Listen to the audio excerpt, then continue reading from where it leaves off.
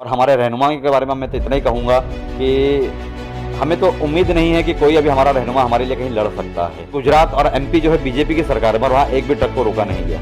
मगर हमारे जैसे महाराष्ट्र में पहुंचे तो महाराष्ट्र की सरकार ने उस ट्रकों को रोका। जो जिस उम्मीद के ऊपर हमने महाराष्ट्र विकास आघाड़ी के नाम को हमने आगे बढ़ाया था, जिस तरीके से हमने उद्धव ठाकरे साहब की कार्यशैली की हमने तारीफ की थी, किस तरीके से वो काम कर रहे हैं, किस तरीके से हमारी सरकार काम कर रही थी, चाहे वो अजीत दादा पवार साहब हों, चाहे वो हमारे अशोक चौहान साहब हों, चाहे वो कांग्रेस के लोग हो, राष्ट्रवादी के लोग हो, शिवसेना के लोग हों, तीनों लोगों ने मिल करके कोरोना में बहुत अच्छा काम किया था।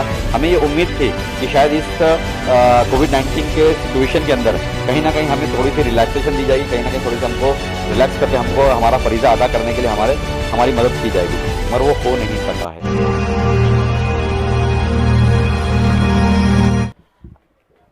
दोस्तों, ईद उल अज़हा को लेकर हम इस वक्त मौजूद हैं जनाब राजू सगीर अंसारी के साथ में। ईद उल अज़हा के बारे में उनका क्या पैगाम है, ये उनसे जानने की कोशिश करते हैं। राजू भाई, क्या कहेंगे? ईद उल अज़हा का कल प्रोग्राम है और काफ़ी इस साल कोरोना महामारी के चलते काफ़ी प्रॉब्लम्स भी हो गए हैं। किसी वजह से कुर्बानी करने में जो दिक्कतें आती हैं मुसलमानों को, और जो राजनीति चल रही है इस वक्त, कहते हैं ना, राजनीति तो कुर्बानी के हर साल एक पैटर्न है बीजेपी का। तो ईद की मुबारकबाद के साथ आप क्या मैसेज देंगे मुसलमानों को? हाँ, सबसे पहले तो मैं तमाम हमारे जो बिरादरान इस्लाम हैं पूरे दुनिया के अंदर, उनको मैं ईद उल अज़हा की पुरखुलूस मुबारकबाद देता हूँ। और ये एक हमारा सुन्नत इब्राहिमी है जो कई हज़ार सालों से चला आ रहा है, और इस फरीज़े को हम हमेशा पूरा करते आए हैं। मगर हर साल हमने देखा है, चाहे वो किसी की भी सरकार हो, चाहे वो सेकुलर गवर्नमेंट हो, चाहे वो कम्युनल गवर्नमेंट हो, इस देश के अंदर, भारत देश के जिसके हम लोग वासिंदे हैं, जिस देश के वासी हैं हम लोग, हमेशा हमको कुर्बानी के वक्त में हमें हमेशा तकलीफ़ दी जाती है, और हमारे जो नुमाइंदे हैं वो सही तरीके से लड़ नहीं पाते हैं। जैसे कि भी आपने देखा होगा कि हमारे गुजरात और महाराष्ट्र के बॉर्डर के ऊपर कई रोज़ों से एक तनातनी चल रही थी कि हमारे जो बकरे हैं उन बकरों की गाड़ियों को अंदर आने नहीं दिया जा रहा था, जबकि वो हर साल आती है और साल के 12 महीने आती है, मगर सिर्फ कुर्बानी से ही इनको परहेज़ है। कुर्बानी ये हमको करने नहीं देना चाहते। मैं आपको एक बात बता दूं कि इस कुर्बानी के अंदर जो हमारा टर्नओवर होता है वो तकरीबन 10,000 करोड़ रुपए का टर्नओवर है, और ये 10,000 करोड़ रुपए का जो सीधा फायदा पहुंचता है वो किसी मुसलमान को नहीं पहुंचता है, वो हमारे फार्मर्स को पहुंचता है, हमारे जो बकरा पालने वाले जो शेतकरी हैं उन शेतकरियों को पहुंचता है। वो किसी जात और किसी धर्म के लोग नहीं, वो हिंदू भी होते हैं, मुस्लिम भी होते हैं, सिख भी होते हैं, दलित समाज के भी लोग होते हैं, बहुजन समाज के लोग होते हैं, जय भीम के लोग होते हैं, हर तरीके के लोगों को उसका फायदा पहुंचता है। तो मैं ये समझता हूं कि इसके अंदर सारे तमाम जो हमारे दूसरे जो दीन के जो लोग हैं, दूसरे जो मजहब के जो लोग हैं, उन्होंने सामने आकर के हमारी मदद करनी चाहिए थी, मगर किसी ने नहीं किया। और हमारे रहनुमा के बारे में मैं तो इतना ही कहूँगा कि हमें तो उम्मीद नहीं है कि कोई अभी हमारा रहनुमा हमारे लिए कहीं लड़ सकता है। और जिस तरीके से ये सेकुलर सरकारें हैं, आज आपको बता दूं मैं कि गुजरात और एमपी जो है बीजेपी की सरकार है, पर वहाँ एक भी ट्रक को रोका नहीं गया। मगर हमारे जैसे महाराष्ट्र में पहुंचे तो महाराष्ट्र की सरकार ने उस ट्रकों को रोका, उस कई गाड़ियों को।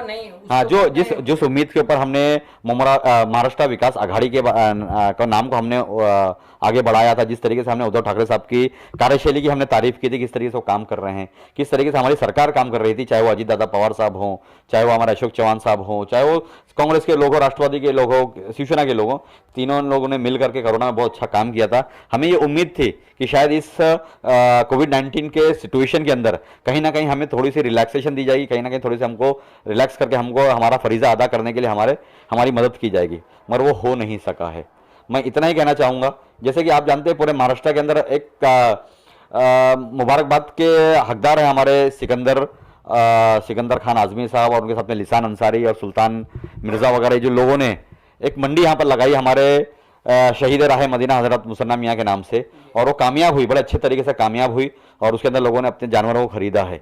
मैं एक अपील और करना चाहूँगा हमारे तमाम, ये सिर्फ मुमरा कौसा के वासियों के लिए एक अपील है कि जो लोग अपने घर में कुर्बानी कर रहे हैं, चाहे वो बकरों की हो, चाहे वो किसी और जानवर की हो, तो बराए मेहरबानी आप लोगों से हमारी हाथ जोड़ के मुअद्दबाना गुजारिश है कि अपने जानवरों को आड़ में काटें, पर्दे की आड़ में काटें, उसकी कोई फोटोग्राफी ना हो, उसकी कोई वीडियो शूटिंग ना हो, इसका बहुत स्पेशल ख्याल रखें।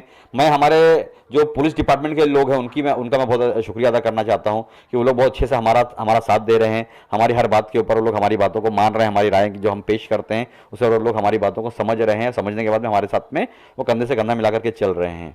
और उसी के साथ में हमारे जो तमाम मुमरा कौसा के जो नगर सेवक है, मैं उनसे भी अपील करूँगा कि अपने अपने इलाके में एक्टिव रहें, थोड़ा सा ख्याल रखें कि किस तरीके से साफ सफाई का ख्याल हो, खालों को इधर उधर ना फेंका जाए, खून का गंदगी में ना बहाया जाए, और हड्डियों को इधर उधर ना फेंका जाए। जहाँ जहाँ आपको जरूरत पड़ी तो हमारा जो सैनिटेशन डिपार्टमेंट है, हमारा जो फाइलेरिया डिपार्टमेंट है, उसके जरिए से कहीं ना कहीं फवारनी करनी चाहिए अच्छे तरीके से, स्प्रेइंग करनी चाहिए अच्छे तरीके से, और जो हम लोग गंदगी के अंदर पाउडर्स वगैरह मारते हैं, पाउडर्स वगैरह बराबर तरीके से मारा जाए।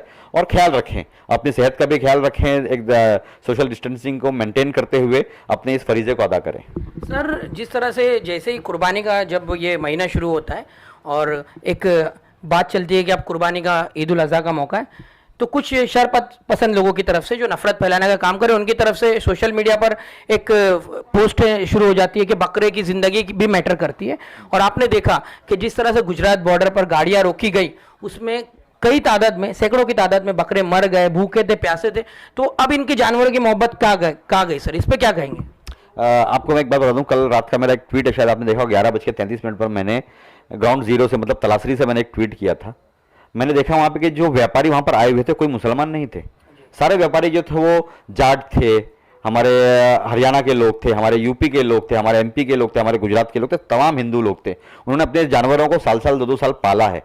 पालने के बाद में उनकी एक उम्मीद थी कि ये मुसलमानों को हम जब ये बेचेंगे कुर्बानी के वक्त में, तो हमें एक अच्छा पैसा मिलेगा, उस पैसे से हमारा घर चल सकता है, हमारे घर की लड़कियों की शादियां हो सकती है, हम लोगों के घर के रिपेयरिंग हो सकती है। ऐसे बहुत सारी उनकी एक जिम्मेदारियां थी, जो जिम्मेदारी इस पैसे से पूरी हो सकती थी, मगर वो पूरी ना हो सकी। और लोगों ने बहुत इसके अंदर अफसोस जाहिर किया। लोगों ने मुझसे बात की, मैंने उनसे जब बात की, मैं बोला भाई ठीक है, हम पुलिस से बात करते हैं। हमने पुलिस से बात की, और बाद में हमने जो बड़े उनके ट्रकें थी, बड़े ट्रकों को रोक करके छोटे छोटे टेम्पो के अंदर हमने बकरों को वहाँ से शिफ्टिंग करने का काम किया। मुंबई में, मुमरा में, भिवंडी में, गोंडी में हमने भेजने का काम किया। बहुत सारे लोग बेचारे रो रहे थे। तो मैं ये समझता हूं कि ये सिर्फ और सिर्फ वोट बैंक पॉलिटिक्स कर रही है हमारे जो कम्युनल फोर्सेस है, चाहे वो आरएसएस हो, बजरंग दल हो, विश्व हिंदू परिषद हो, बीजेपी हो। ये जो लोग हैं, इनकी एक सोच है कि किसी भी तरीके से हमको एक हिंदू कौम के अंदर लोगों को मुसलमानों के खिलाफ भड़काना है, और उसी को भड़काने की एक ये साजिश क्या है, ये एक हिस्सा है कि कुर्बानी के वक्त में हमको बकरे काटने से, हमको बकरे पालने से, हमको बकरे ले जाने से रोका जाता है। तो इसके इनके जो बहकावे हैं, इनके जो षड्यंत्र है, इससे बचें। मैं तमाम हिंदू भाइयों से मैं अपील करता हूं कि तमाम हिंदू भाई से आप जाकर पूछ सकते हैं गांव खेड़ों के अंदर कि वो बेचारे साल साल भर अपने बकरे को पालते हैं। किस लिए पालते हैं? इसीलिए पालते हैं कि उन्हें 2 पैसा मिलेगा। मुसलमान को जब वो बकरे अपने बेचेंगे कुर्बानी में, तो उनको 2 पैसा मिलेगा। तो क्या उनकी जिंदगी नहीं है? ये एक बहुत बड़ा बिजनेस है, जो एनिमल हस्बेंड्री है, बहुत बड़ा बिजनेस है, जिसका सीधा सीधा फायदा जो है शेतकरियों को पहुंचता है। यानी कि ये बोलते तो है कि हम हिंदू राष्ट्र बनाना चाहते हैं, हिंदुओं का विकास करना चाहते हैं, लेकिन ये कुछ करोड़ मुसलमानों को बर्बाद करने के चक्कर में, यानी कि इन्होंने सारे हिंदुओं को ही बर्बाद करके रख दिया है। जी, मैं एक बात एक और बोल दूंगा आपको मैं, कि ब्राजील के बाद में सेकंड बिगेस्ट बीफ एक्सपोर्टर जो है वो हिंदुस्तान है।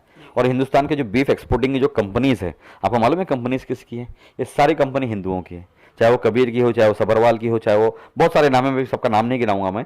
ये लोगों ने बाकायदा बड़े बड़े अबॉर्टर्स खोल करके रखे हैं, और अबॉर्टर्स खोल करके वहाँ पर जानवरों को काटा जाता है और उनको पैकिंग करके विदेशों में भेजा जाता है।